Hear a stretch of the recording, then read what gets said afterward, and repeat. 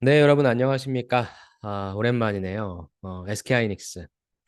요즘에 가장 핫한 기업이죠. SK하이닉스 자기소개서 작성법에 대해서 같이 한번 알아보도록 하겠습니다.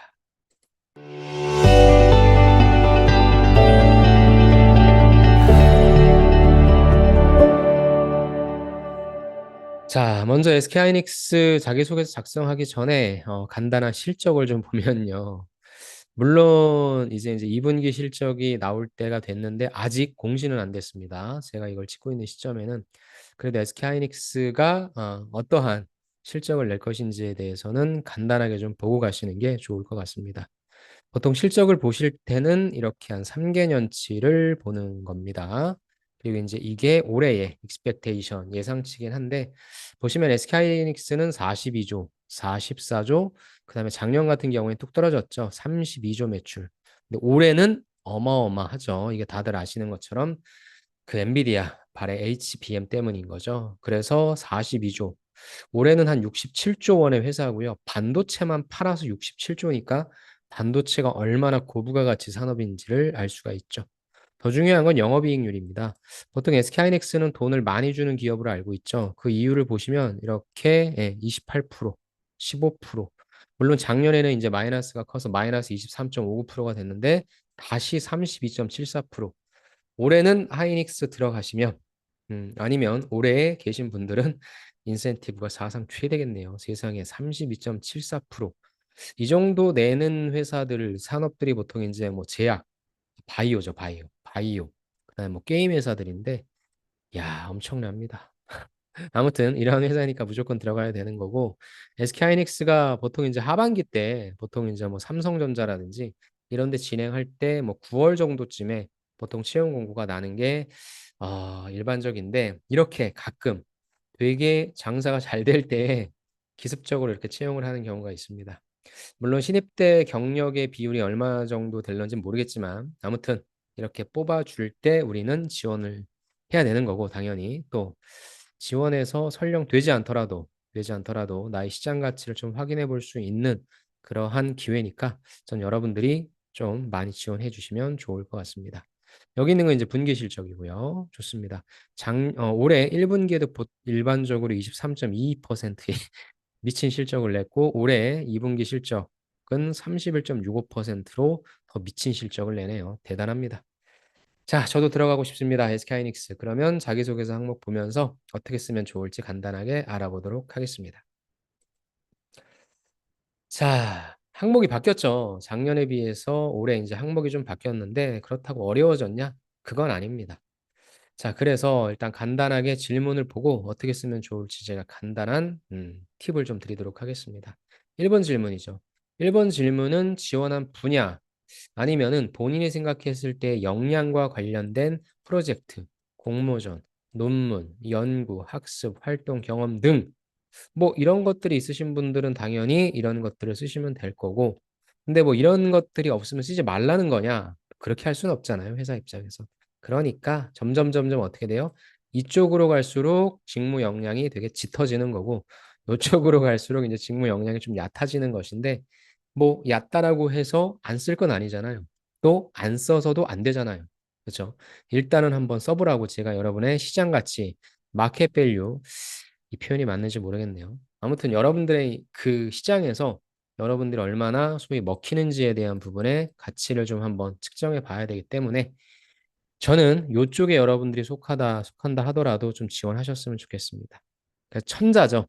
천자인데 형식이 사실 이게 우리가 흔히 알고 있는 뭐 역량기술서라든지 아니면은 경험기술서 이런 것들을 요구하는 것들이 있죠. 또 일반적으로 우리가 경력사원분들이나 아니면 공공기관에서 이런 것들을 좀 요구하는데 하이닉스가 1번에다가 대놓고 이거를 요구한다라는 것은 또한 틀도 좋습니다. 사실 역량기술서, 경험기술서에 대한 틀은 자유입니다. 서술 형식으로 써도 되는데 예시를 이렇게 어떤 경험이었고 어디 소속이었고 어떤 역할로라고 해서 무엇입니까? 약간 구조화, 그 다음에 체계화된 글로 써라 라고 하는 걸로 봐서는 그죠? 요걸 가지고 평가할 확률이 제일 높고 이게 아마 여러분들이 작성하시는 이력서에 있는 내용을 조금은 더 디테일하게 작성하는 그런 단계라고 보시면 될 것 같고 아무래도 제일 중요하겠죠. 요걸 보고 어떤 경험이 있는지를 본 다음에 뭐 뽑고 떨어뜨리고 이런 부분들을 볼 가능성이 높고 또 더 중요한 것은 바로 이 내용을 가지고 면접 때 물어보기가 너무 좋죠. 학부연구생 그건 언제 한 거냐? 그다음에 요 교수님까지 쓰라고 하네요. 요 설계 연구실에서 본인이 맡았던 건 뭐냐? 그럼 요 분석을 하기 위해서 어떻게 했냐 등등 질문하기가 너무 좋죠, 보고. 그래서 가장 중요한 항목이고 결국에 여기에서 좀 판가름이 날 것 같다. 그리고 여기에 다양한 것들을 적으면 적을수록 그다음에 나오는 몇 번, 2번부터 나머지 5번까지의 모든 항목들을 여기에 여러분들이 나열하신 경험들을 쓸 수 있으니까 저는 그런 측면에서 굉장히 중요하다고 생각합니다. 자, 그래서 이거는 제가 일부러 조금 여러분이 이해하시기 쉽게 인문계 거를 좀 갖고 오긴 했는데요. 보시는 것처럼 이제 직무 관련된 경력이라고 해서 이제 하나입니다. 그래서 어디에서 어떤 업무를 했다라고 하는 걸 타이틀로 갖고 왔고요. 제일 중요한 건 요 구조죠. 첫 번째, 내가 맡았던 역할입니다. 직무 영역. 그죠? 그 다음에 주요 업무. 그 다음에 제일 중요한 게 무엇입니까? 성과죠. 무슨 말이냐? 이것은 단순히 무슨 일을 했는지를 기술하는 글이 아닙니다. 무슨 일을 했는지를 기술하는 글이라고 한다면 아마 이력서에 여러분 이렇게 써 있겠죠. 뭐 예를 들어 정책 자금 업무 보조, 채권 서류 정비, 사무행정 지원이라고 이력서에 써 있을 텐데 이력서가 아닌 여기에다가 이걸 요구한다는 것은 이렇게 업무 보조를 어떤 내용을 하셨는지, 정비라고 하는 것은 어떤 걸 정비하셨는지, 지원 업무는 무엇을 하셨는지 최대한 이 부분을 여러분들 직무에 맞게 좀 커스터마이징하는 그렇게 작성하는 게 필요하고요. 이것만 봐서 뭐 합니까?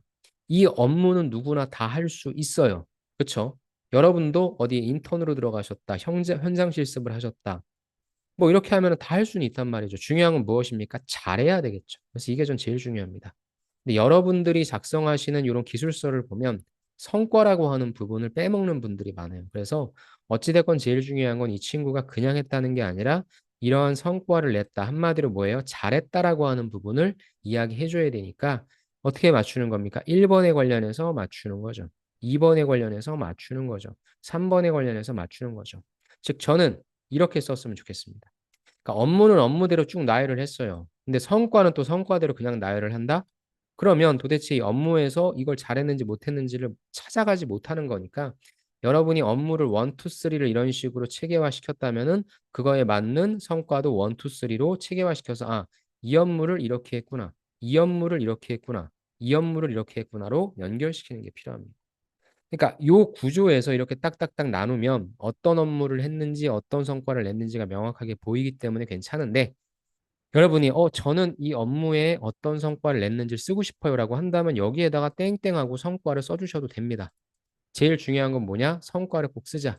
그래야만 여러분이 면접장을 가시더라도 무엇을 강조할 것인지를 나타낼 수 있는 거죠. 그다음 여기에는 없는데 또 하나 강조를 한다면 저는 그래서 나는 이 경험을 통해 내가 이 직무에 필요한 어떠한 역량, 컴피턴시가 있는지를 강조하면 좋겠죠. 뭐 직무 관련된 경력 하나에 역량이 뭐 2개 이상이어도 괜찮은데 뭐 좋은 거는 뭐 하나도 괜찮겠죠. 그러니까 나는 이 경험 하나에 어떤 역량을 제시하겠다. 아니면 뭐 추가적으로 어떤 역량을 제시하겠다는 것도 괜찮으니까 여기에는 없지만 저라면은 이렇게 화살표를 해서 내가 궁극적으로 당신한테 알려주고 싶다는 것은 이러한 역량이 있습니다. 라는 형태입니다. 그래서 구조를 또 여러분들이 되게 어려워하시는데 이러한 구조대로 써주셔도 됩니다. 이게 앞에서 요구했던 대로 경험, 소속, 역할 이렇게 돼 있는데 그 부분을 이렇게 딱 체계화시켜서 내가 어디에서 일한 부분인 거고, 그렇죠? 어디에서 일한 거고, 그 다음에 거기서 나의 역할은 무엇이었고, 내가 맡았던 업무는 무엇이었고, 그 다음에 성과는 무엇이었다 등 이렇게 보여줄 수 있는 거니까 전 여러분이 이렇게 써주시면 좋을 것 같습니다. 자, 좋습니다. 그 다음입니다. 그 다음은 이제 이전의 항목과 똑같습니다. 2번이죠. 2번 항목이, 지원하신 직무 분야의 전문성을 키우기 위해 꾸준히 노력한 경험. 앞에서 1번에서 물어본 것과 2번은 어떤 차이가 있냐? 말 그대로 아까 1번에서는 이런 식으로 좀 구조화, 체계화 시켜서 서술의 글이 아니라 내가 좀 보기에 편하고 물어볼 수 있는 면접용으로 좀 작성해라고 한다면 이 부분을 하나만 적진 않으실 거잖아요. 경력 1, 뭐 2 적어도 한 3개 정도는 다 적으시니까 1000자 정도 되니까 1, 2, 3 중에서 이 중에서 내가 가장 중요하다. 그렇게 되는 항목을 여기에다가 쓰시면 됩니다. 즉 그 어떤 항목보다도 가장 이 직무랑 연관성이 있는 항목에 대해서 쓰는 것입니다. 전문성이라고 하는 것은 어떤 거냐? 밑에 또 상세히 설명을 해주죠. 이 직무를 하기 위해서 양산 기술을 하기 위해서 제일 필요한 것은 통계 분석이다. 그쵸? 어찌 됐건 생산 쪽은요. 요즘에 다 데이터 보고 문제를 해결하는 것이기 때문에 예, 데이터 분석력이 제일 필요하죠. 그래서 통계 분석이다. 통계 분석을 하기 위해서 뭐 내가 프로젝트를 진행할 수도 있고 랩실에 있을 수도 있고 인턴 업무를 할 수도 있죠. 아니면 실제 근무를 했을 수도 있죠. 그래서 그걸 바탕으로 어떻게 적용했는지 그래서 뭐 경험의 진실성을 증명할 수 있는 근거라고 하는 것은 한마디로 액션을 많이 써라라고 보시면 됩니다. 그래서 이거는 기존에 우리 SK하이닉스의 3번 항목이었죠. 직무 전문성을 키우기 위한 3번 항목이 2번으로 올라왔다. 즉 아까도 말씀드린 것처럼 1번의 항목과 2번의 항목이 직무로 딱딱 채워진 걸로 봐서는 SK하이닉스도 이제 다른 것보다도 직무 전문성, 직무 연관성을 좀 많이 본다. 그래서 여기에서 판가름이 날 것 같다라는 겁니다. 600자니까 600잔 써보셔서 아시겠지만 절대 디테일하게 쓰지 못합니다. 그래서 저는 2가지 소재를 쓴다라기보다는 1가지 소재를 써주시는 걸 추천드리고요. 정 아니다. 난 이야기하고 싶다. 2가지 소재를 그럼 써주시는 분도 계신데 만약에 그렇다면 이것과 이 1번과 무슨 차이가 있나 싶습니다. 그래서 저는 1가지 소재를 집중해서 써주시는 게 어떨까라는 생각을 좀 말씀드리고 싶습니다. 자, 이 부분은 제가 2023년도 때 올려드렸던 그 내용을 그대로 갖고 오긴 했어요. 근데 여기에서는 천자였기 때문에 2가지 소재를 썼거든요. 그래서 그냥 가이드로 그냥 보여드리기만 하겠습니다. 나오죠. 너의 전문성은 무엇이니라고 했을 때, 이 양산 기술의 엔지니어가 되기 위해서는 공학적 사고력이 필요해. 그렇죠. 그 다음에 나한테 있는 거, 공장의 현장 과정에 대한 이해력이 필요해. 그러니까 이분은 천자였기 때문에 하나, 천자였기 때문에 2가지를 썼죠. 여러분은 이 2가지를 쓰기 힘들 거예요. 그러니까 둘 중에 하나 쓰라는 겁니다. 그렇다면 어떻게 쓰는 게 좋냐? 보세요. 전공 지식은 뭐냐? 여러분들 수업 받으신 분들 있잖아요. 4년 동안에 반도체 공학과 관련된 수업과 실험 통해서 뭐 키웠다. 그래서 무슨 수업 들었다. 그중에 반도체 공정 수업이 마지막에 있죠. 이렇게 쭉 들으신 걸 나열해 주시고 그중에 이 수업 들으면서 하나를 찝는 겁니다. 스터디 그룹 만들어서 복습했다. 공정에 대한 공정 이슈를 논문을 통해 케이스 스터디했다. 그래서 이것과 이 배선에 대한 논문 분석하고 보고서로 제출하였다. 오케이. 그 다음에 신소재 합성 실험 수업에서는 이 ALD 증착의 열처리 따른 비교 실험으로 요러요러한 데이터를 통해서 개선과 감소를 분석해서 A 성적을 받을 수 있었다. 그러니까 이렇게 항상 뭐라고 했어요? 무엇인가를 그냥 했다가 아니라 잘했다로 이야기할 수 있어야 되는데 그렇다면 보고서로 제출했다라고 하는 부분은 이렇게 쓸 수는 없을까를 생각할 수도 있겠죠. 자, 이게 첫 번째 경험이었고 전 2번째가 좋습니다. 만약에 둘 중에 하나를 고르라면 당연히 경험을 쓰는 게 좋죠. 나는 백문이 불여일견이다.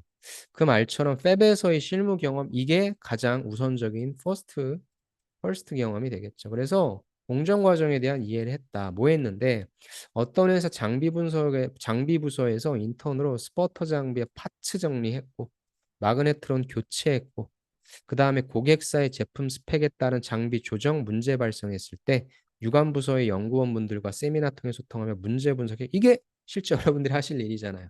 물론 SK하이닉스가 들어가셔서 여러분들이 해당 고객사의 문제를 직접 분석 해결하진 않으시겠지만 그래도 보통 들어가시면 여러분들이 신입으로 이러한 업무들을 하실 거기 때문에 이 경험이 아주 좋죠. 그래서 들어가서 내가 무슨 일을 했었는지를 간단하게 서술해 주십니다. 또한 어떤 것들을 이용한 트러블 슈팅 과정, 증착, 애칭, 산화물 반도체 제작 장비 등의 공정 현장을 직접 보며 배워 전공 지식을 더욱 쉽게 이해할 수 있었습니다. 근데 제가 이걸 괄호로 쳐놓은 건 뭐예요? 자꾸 전공 지식 가는데 물론 이게 중요하긴 합니다. 근데 이 부분은 경험이 없을 경우에 이렇게 써줘도 괜찮은데 경험이 있잖아요. 그럼 제일 좋은 건 무엇입니까?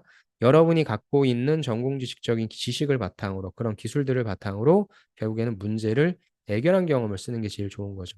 그래서 이렇게 문제를 해결했다. 예, 저는 이쪽 차원에 있어서의 내용을 조금 더 디테일하게 써주면 어떨까? 그래서 뒷부분은 날려버렸습니다. 그 다음에 이제 마지막 클로징은 뭐예요? 지식에 대한 이해. 이분은 두 가지 얘기했잖아요. 인턴 생활 경험 통해서 나 들어가서 일 잘할게. 포부는 절대 길게 쓰지 마십시오. 포부는 그냥 한 문장으로 해도 되고, 포부를 마지막에 한 문장으로 쓰기 힘들다면 제일 처음에 나는 어떤 역량을 바탕으로 일 잘하겠다. 라고 해서 혹은 두 갈씩 문장으로만 그냥 딱 써주셔도 됩니다. 굳이 포부를 뒤에다가 길게 쓸 필요는 없다. 여기서 다시 앞으로 갈게요. 질문이 뭐였죠? 경험의 진실성을 증명할 수 있는 근거는 어떻게 하셨는지에 대한 액션이죠. 제일 좋은 거는 문제를 해결한 액션. 그래야만 역량이 드러나니까 이렇게 내용을 써주시면 좋을 것 같습니다. 그래서 이분은 두 가지를 쓰셨는데 만약에 나는 이런 경험이 없다 하시는 분들은 뭐 프로젝트가 됐건 학교에서 배우셨던 과목이 됐건 여기에 집중해서 써주시고 더 좋은 부분은 아무래도 경쟁력은 뒷단에 있어서의 실제 현장 실습이나 인턴이 되겠죠. 이게 있으신 분은 문제 해결한 경험으로서 써주시기 바랍니다. 이게 제일 좋죠. 어떻게 문제를 분석하고 해결했는지 저렇게 써주시면 됩니다. 제일 중요한 항목. 오케이. 서술형식으로 경험, 스타 방식으로 써주시면 될 것 같습니다. 자, 그렇고요. 다음 항목은 3번이죠. 이게 이제 예전에 항목에 있어서의 4번 질문이었죠. 팀 플레이를 활용해서 문제를 해결했던 사례입니다. 근데 문제를 살짝 바꿨죠. 사람들을 연결하고 하니까 약간 또 어려워지죠. 한마디로 무엇입니까? 중간에 중재할 수 있죠. 그렇죠? 중재할 수 있고 아니면 중간에 어떠한 해결 방안을 제시할 수 있는 겁니다. 그래서 이렇게 팀워크를 발휘한다라고 하면 여러분들 머릿속에 두 가지가 빠져나와야죠. 무엇입니까? 첫 번째는 n분의 1. 제가 이야기하는 건 n분의 1이죠. 잘 안 써집니다. 죄송합니다. n분의 1입니다. 즉, 우리가 어떤 일을 해야 될 때 혼자 할 수 없으니까 팀워크가 필요하죠. 즉, 나는 이거 할게, 너는 이거 할게, 너는 저거 해라. 그 다음 무엇입니까? 항상 같이 일을 하려면 뭐가 발생해요? 컨플릭트, 갈등이 발생하죠. 갈등을 해결하기 위해서 내가 어떻게 사람들을 잘 연결시켰는지. n분의 1을 어떻게 잘 업무 배분을 했는지 등등 그런 관점으로 써주시라는 겁니다. 그래서 이 상황은 갈등이 발생하는 상황일 수도 있고 이 상황은 뭐예요? 사람들의 분배가 필요한 상황일 수 있죠. 그래서 뭐 사람들과의 관계라고 하는 부분은 당연히 뭐 친구, 직장 동료, 요거는 이제 이직하시는 분들인 거고 요거는 이제 학교에서 하시는 분들. 그래서 자연스럽게 이 상황에 요게 들어올 거니까. 그래서 문제를 빨리 터뜨려 주시고 협조를 이끌어내기 위한 본인의 행동은 뭐예요? n분의 1을 내가 그렇게 업무 지시를 이렇게 뭐 제안을 했다. 아니면 내가 갈등을 해결하기 이렇게 했다. 본인의 행동이 나오겠죠. 그래서 조금 더 구체적으로 액션을 어떻게 n분의 1을 하셨는지, 갈등을 해결하기 위해 어떻게 하셨는지를 역시 제일 구체적으로 써주시면 될 거고, 느낀 점은 뭐예요? 여기서의 느낀 점은 그렇죠. 협업을 잘하기 위해서는 무엇이 중요하구나라고 하는 본인만의 협업을 잘하는 무엇? 협업의 비결. 이 비결에 대해서 써주셔야 된다. 비입니다, 비. 오케이. 그래서 이건 간단하게 소제목만 보여드릴게요. 즉, 이 항목에서 제일 중요한 건 뭐냐? 딱 글을 봤을 때 너는 어떻게 협업을 잘할 수 있니? 예. 저는요, 각자의 장점을 살린 시너지 효과를 통해서 협업을 잘할 수 있습니다. 그럼 이 지원자는 뭐 하는 거예요? 아, 어떻게 업무 배분을 잘 해서 이 부분이 시너지가 나게 하는지 이 글을 쓰겠구나. 그래서 소제목은 어떻게 써야 되냐? 내가 협업을 잘하는 아까 제가 뭐라 그랬어요? 비결이죠. 내가 협업을 잘했던 비결을 소제목으로 써버리자. 그럼 마지막에 항목이 역시 600자밖에 되지 않기 때문에 클로징을 굳이 쓸 필요는 없습니다. 첫 번째 문장만 좀 보여드리면 이게 되게 잘 쓴 거거든요. 자, 타인과의 협력으로 목표를 달성하려면 각자의 장점이 잘 발휘되어야 되죠. 맞는 말이죠. 근데 저는 캡스톤 프로젝트에서 저의 약점을 보완해줄 팀원들과 협력했다. 이 표현이 되게 잘 쓴 겁니다. 왜? 잘 봐요, 여러분. 각자의 장점, 예를 들어 나는 이거 잘해, 너는 이거 잘해, 너는 저거 잘해, 너는 저거 잘해, 너는 그거 잘해, 너는 이거 잘해. 이러면 팀 플레이가 잘 됩니까?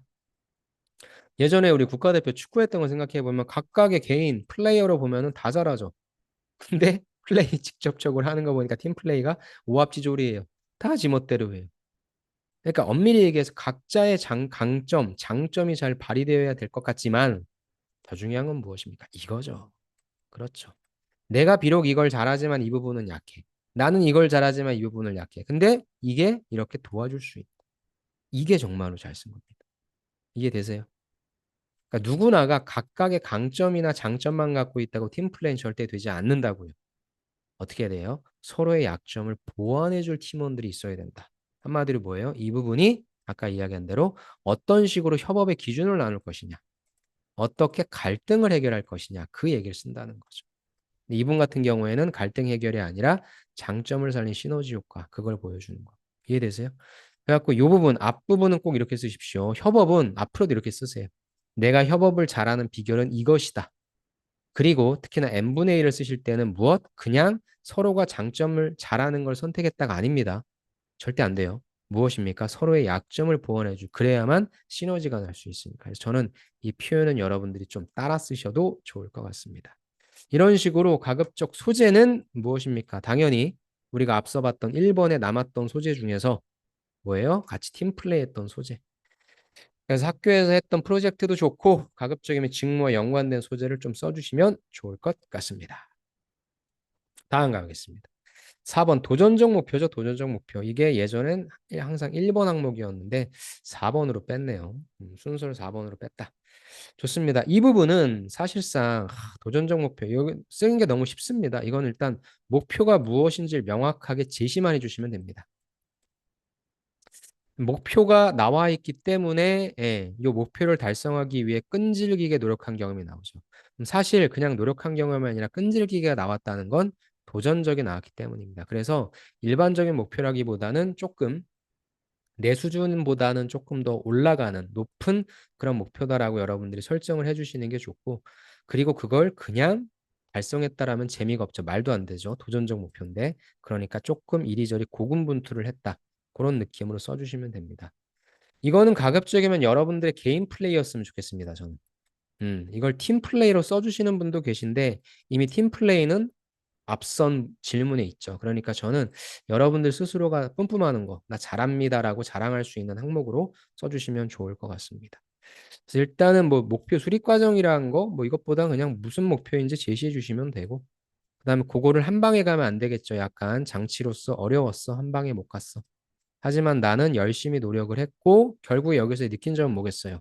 아, 아무리 힘들어도 어떻게 하면 이룰 수 있다. 사실 이거는 느낀 점이 어렵진 않습니다.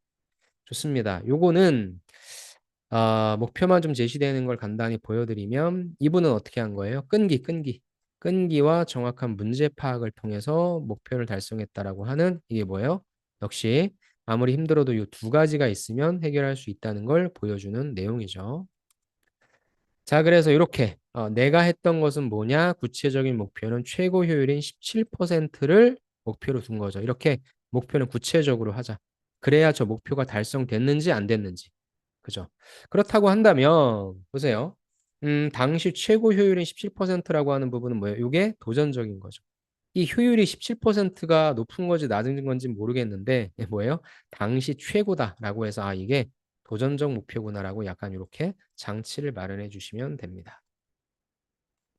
그렇게 해서 당연히 어떻게 해야 됩니까? 수십 편 논문 조사했다. 그 다음에 수많은 밤을 지새웠다. 하지만 한 방에 가면 안 된다 그랬죠. 0%의 효율이 나왔다. 실패했다는 거죠. 그래서 뭐 이 부분은 필요가 없을 수도 있는데 그때 두렵다. 허무하다. 무력해졌다. 하지만 내가 여기서 쓰러지면 안 되죠. 다시 일어납니다. 그래서 또 뭐 논문 조사했다. 뭐 이메일로 조언 구했다. 변경된 조건을 반영해서 실험 진행해서 결국엔 문제 원인인 발견해서 최적 조건 찾아냈다. 이겨낸 거죠. 한 방에 가면 안 된다는 겁니다. 그래서 7개월 동안이나 했고요. 결국엔 효율이 뭐야? 5.36이야? 아까 목표가 뭐였어요? 17이었잖아요. 그럼 이거는 달성 못한 거죠. 그래서 사실 저는 이렇게 달성하지 못한 실패 경험을 쓸 필요는 없다고 생각합니다. 일단 당연히 17%였다라고 한다면 이 부분을 달성한 경험을 써주시는 게 좋긴 하죠. 근데 이제 이분은 솔직하게 쓴 거예요. 이건 여러분들이 선택하십시오. 17%에 미치지 못했지만 그럼 엄밀히 얘기해서 이건 달성하지 못했던 경험이지만 공학적 분석력이다. 그 다음에 요거죠. 학부생 수준 이상이다. 그렇게 해서 나는 여기에 실질적인 정량적인 값은 달성을 못했지만 정성적인 부분은 달성을 했다라고 썼는데 굳이 이렇게 쓸 필요가 있을까라는 생각을 합니다. 그냥 목표 자체를 5.36을 냈으니까 목표 자체를 5%로 잡았으면 어땠을까? 그럼 또 도전적인 것이 안 되는 건가요? 자, 아무튼 그렇다면 이 소재가 과연 최선의 소재인가? 그런 생각을 좀 있습니다.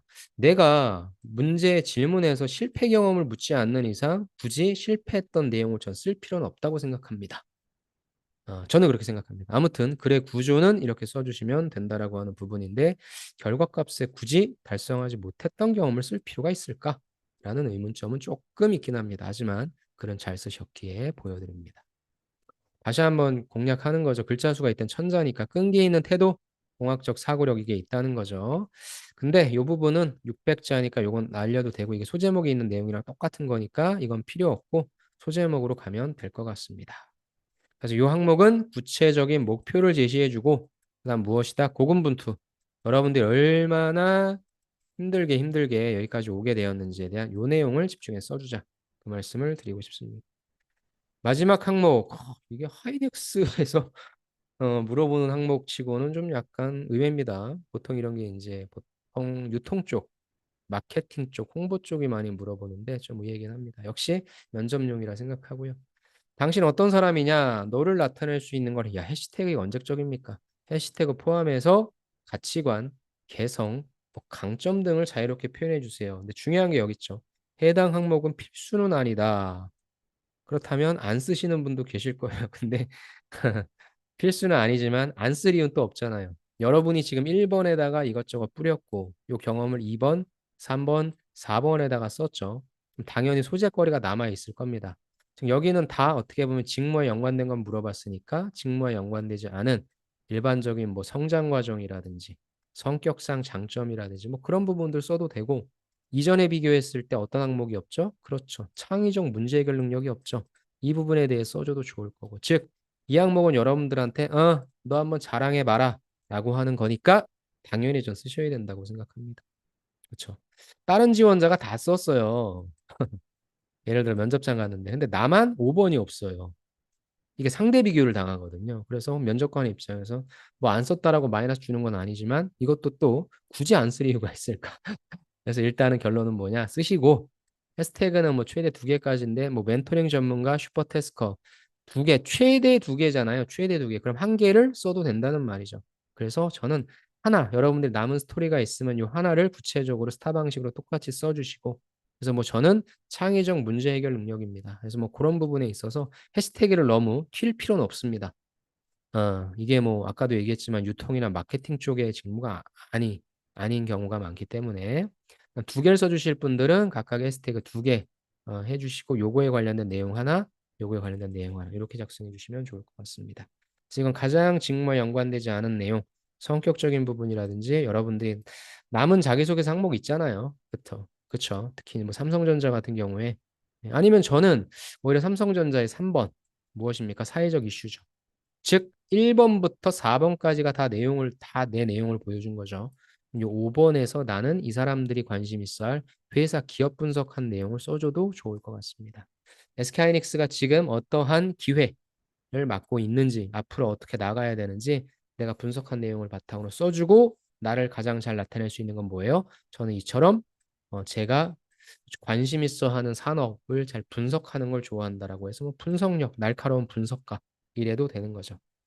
그래서 5번은 다양한 방식으로 여러분이 잘하시는 것을 어필해 주시되 너무 개인적인 것들 그런 것들은 관심 없어요. 그러니까 이 부분은 여러분이 전략적으로 잘 접근해 주시면 좋을 것 같습니다. 자, 이렇게 해서 간단하게 훑어봤습니다. 일단 제가 같이 했던 이제 저랑 같이 했던 친구가 하이닉스를 합격해서 요거 양산기술 쪽에 있거든요. 그래서 이 친구는 지금 소자 업무 특히 이제 소자 업무를 하고 있는데 이때 당시에는 이제 양산기술 쪽으로 들어가서 그거 관련된 직무 분석과 필요 역량을 제가 인터뷰로 올려놨으니까 이 내용을 좀 보시고 여러분들이 감을 잡으셔도 좋을 것 같고요. 특히나 필요 역량은 사실 뭐 좀 다 비슷비슷해요. 그러니까 어떤 일을 하는지 이 부분에 대해서 조금 더 봐주셔도 좋을 것 같고 그 다음에 지금 제가 여기다 작성한 내용들은 보여드린 내용들은 예, 제가 2023년도 때 여러분들 조금 더 이건 굉장히 디테일하게 썼습니다. 40분이나 제가 해놔서 각각의 사례들을 제시해 놓은 게 있으니까 요걸 보셔도 좋을 것 같습니다. 아무튼 새로운 기회가 또 열렸습니다. 반도체가 그래도 올해는 대한민국을 좀 끌고 갈 것 같으니 반도체 준비하셨던 분들 상반기 때 힘드셨죠? 하반기 땐 기회가 될 테니 잘 지원해 보시고 특히 지금처럼 이렇게 틈새 시장을 노리는 틈새의 시기를 노리는 SK하이닉스 꼭 지원하셔서 여러분의 시장성을 한번 체크해 보시기 바랍니다. 네, 여러분들 부디 꼭 합격하시길 바라며 네, 여러분들의 진정한 취업 합격을 기원하겠습니다. 네, 여기서 마치겠습니다. 감사합니다.